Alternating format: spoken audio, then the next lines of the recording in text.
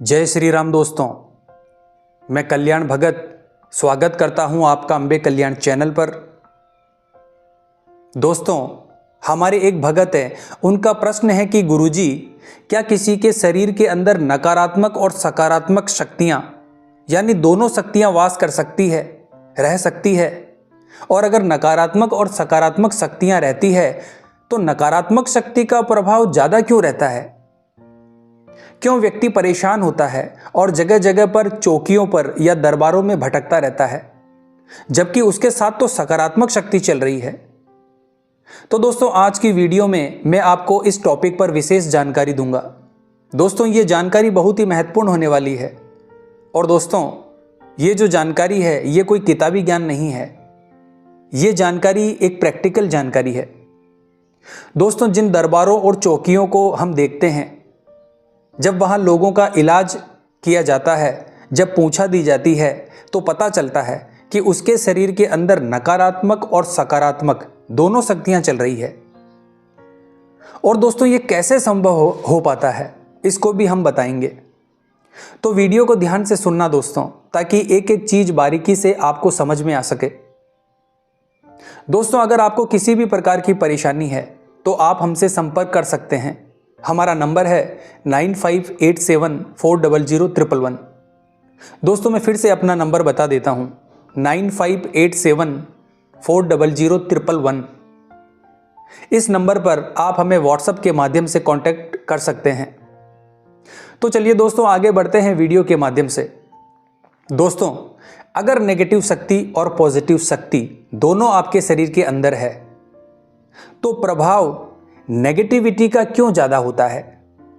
तो मैं आपको बता दूं दोस्तों कि अगर पॉजिटिव शक्ति का अंश अगर आपके शरीर में कम है, ज़्यादा नहीं है, कोई भी सकारात्मक शक्ति है, चाहे वो बाबा भोलेनाथ की हो, चाहे वो बालाजी महाराज की हो, चाहे माता काली की हो, या किसी भी देवी देवता की हो, अगर उसका अंश चाहे वो 1 हो, 2 हो, 5 हो या 10 हो, चाहे कितनी भी पॉजिटिव शक्तियां हो, पर जिसका अंश ज़्यादा होगा तो वो उतनी ही प्रभावशाली होगी। दोस्तों, जो नेगेटिव शक्ति होती है, चाहे वो भेजी गई हो, चाहे वो कहीं से लगी हो, तो ये सब उसकी ऊर्जा पर डिपेंड करता है कि वो ऊर्जा कितनी ताकतवर है, उसका प्रभाव हमारे शरीर पर कितना है।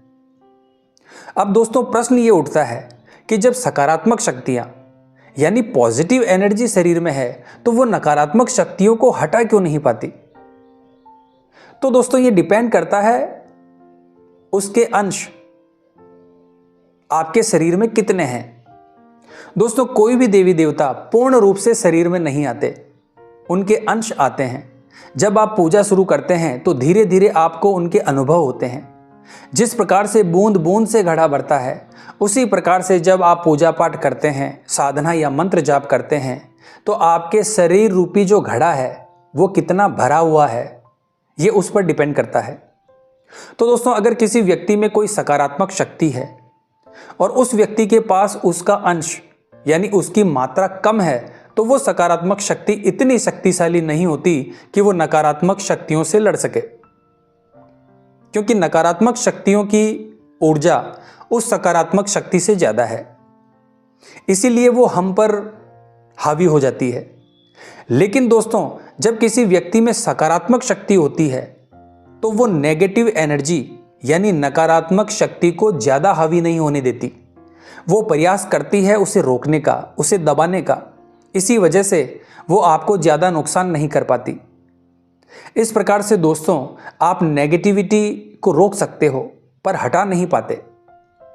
दूसरी बात है दोस्तों, कोई भी नेगेटिविटी है तो उसको हटाने की एक प्रक्रिया होती है, उतारा होता है, या फिर हवन होता है, यज्ञ होता है, या फिर उसकी मंत्र चिकित्सा होती है। तो उसको हटाने का एक तरीका होता है। कई बार दोस्तों, आपने चौकियों पर देखा होगा कि व्यक्ति के शरीर पर पॉजिटिव शक्ति आती है और वो कहती है कि वो नेगेटिव शक्ति से परेशान है, भूत प्रेत आदि से परेशान है, तो इसीलिए हम तुम्हारे दरबार में इस व्यक्ति को लेकर आए हैं, अब तुम्हें ही इस परेशानी को दूर करना पड़ेगा। अब दोस्तों, सकारात्मक शक्तियां ऐसा कार्य इसलिए करती है क्योंकि वो नकारात्मक शक्तियों से परेशान है। वो नकारात्मक शक्तियों को स्वयं हटा नहीं पाती, क्योंकि उस समय उनमें इतना बल नहीं होता। तो दोस्तों वो क्या करती है, आपको रास्ता दिखा देती है, आपको उस धाम से जोड़ देती है, किसी चौकी से जोड़ देती है, दरबार से जोड़ देती है, जिससे क्या होता है कि उस दरबार का जो भगत है वो उस नकारात्मक शक्ति को हटाता है और आपके अंदर जो सकारात्मक शक्ति है उसकी एनर्जी को बढ़ाता है, उसकी ऊर्जा को बढ़ाता है, आपको उपाय बताता है ताकि आपकी सकारात्मक ऊर्जा बढ़ सके, ताकि आप जल्दी से जल्दी ठीक हो सको और ठीक होने के बाद आप अपनी ऊर्जा को बढ़ा सको, ताकि कोई भी नकारात्मक शक्ति आपको फिर से परेशान ना कर सके। तो दोस्तों अगर आपको वो रास्ता दिखा रहे हैं तो आपको उनके चरण पकड़ कर रखना चाहिए और फिर आप देखेंगे कि आप बिल्कुल ठीक हो जाएंगे। तो दोस्तों जैसे सकारात्मक शक्तियां आपका भला करती है, वैसे ही नकारात्मक शक्तियां आपको परेशान करती है। वो आपके गर्दन पर, सिर पर, कंधों पर, छाती पर, कमर पर, घुटनों पर, पंजों पर या फिर गुप्त अंगों पर बैठती है। तो ये जितनी भी नकारात्मक शक्तियां हैं ये अलग अलग तरीके से अलग अलग स्थान पर बैठती हैं और आपके शरीर में दर्द करती हैं, आपको परेशान करती हैं। पर सकारात्मक शक्ति जो होती है उसका प्रभाव ये होता है कि वो नकारात्मक शक्ति को रोकने की कोशिश करती है। यानी कि अगर वो आपको मारना चाहती है तो आप मरोगे नहीं। अब इसमें एक बात है कि कैसे हम पॉजिटिव शक्ति को इतना प्रबल करें जिससे वो नेगेटिव शक्ति हट जाए या वो हटा पाए या आपको पूर्ण रूप से तरीका बता पाए। तो कई बार पॉजिटिव शक्तियां जो होती है वो आपको मन में अलग अलग भाव डाल देती है कि आपको ऐसा करना है, वैसा करना है। वो स्वयं आपका मार्गदर्शन करती है, इस प्रकार का उतारा आपको करना है, इस प्रकार का जाप आपको करना है। और दोस्तों अगर आप इन सकारात्मक शक्तियों के संकेतों को समझेंगे और उनके बताए अनुसार काम करेंगे तो 100% आपको आराम मिलेगा, यकीन मानिए दोस्तों। तो ये पॉजिटिव शक्तियां, इनको कैसे प्रबल किया जाए? इनको प्रबल करने के लिए आप किसी भगत का सहारा ले सकते हैं, उनके नाम का सहारा ले सकते हैं। यदि आप ईश्वर को साक्षी मानकर कोई मंत्र जाप करेंगे, हवन करेंगे, भोग प्रसाद लगाएंगे, साधना करेंगे, तो उसकी जो ऊर्जा है वो नकारात्मक शक्ति को नहीं मिल पाएगी, क्योंकि आपने ईश्वर का नाम लेकर उस चीज को किया है। तो इसका बहुत अधिक प्रभाव पड़ता है दोस्तों। आप चाहे तो अपने गुरु को भी साक्षी मानकर ये कार्य कर सकते हैं। तो इस प्रकार से दोस्तों जब सकारात्मक ऊर्जा बढ़ेगी तो उसकी ताकत बढ़ेगी, उसकी ऊर्जा पावरफुल बन जाएगी और नकारात्मक शक्ति को पीछे धकेल देगी और वो हमेशा आगे फ्रंट में रहेगी। और इस प्रकार से धीरे धीरे वो नकारात्मक शक्ति आपके शरीर को छोड़कर परेशान होकर चली जाएगी।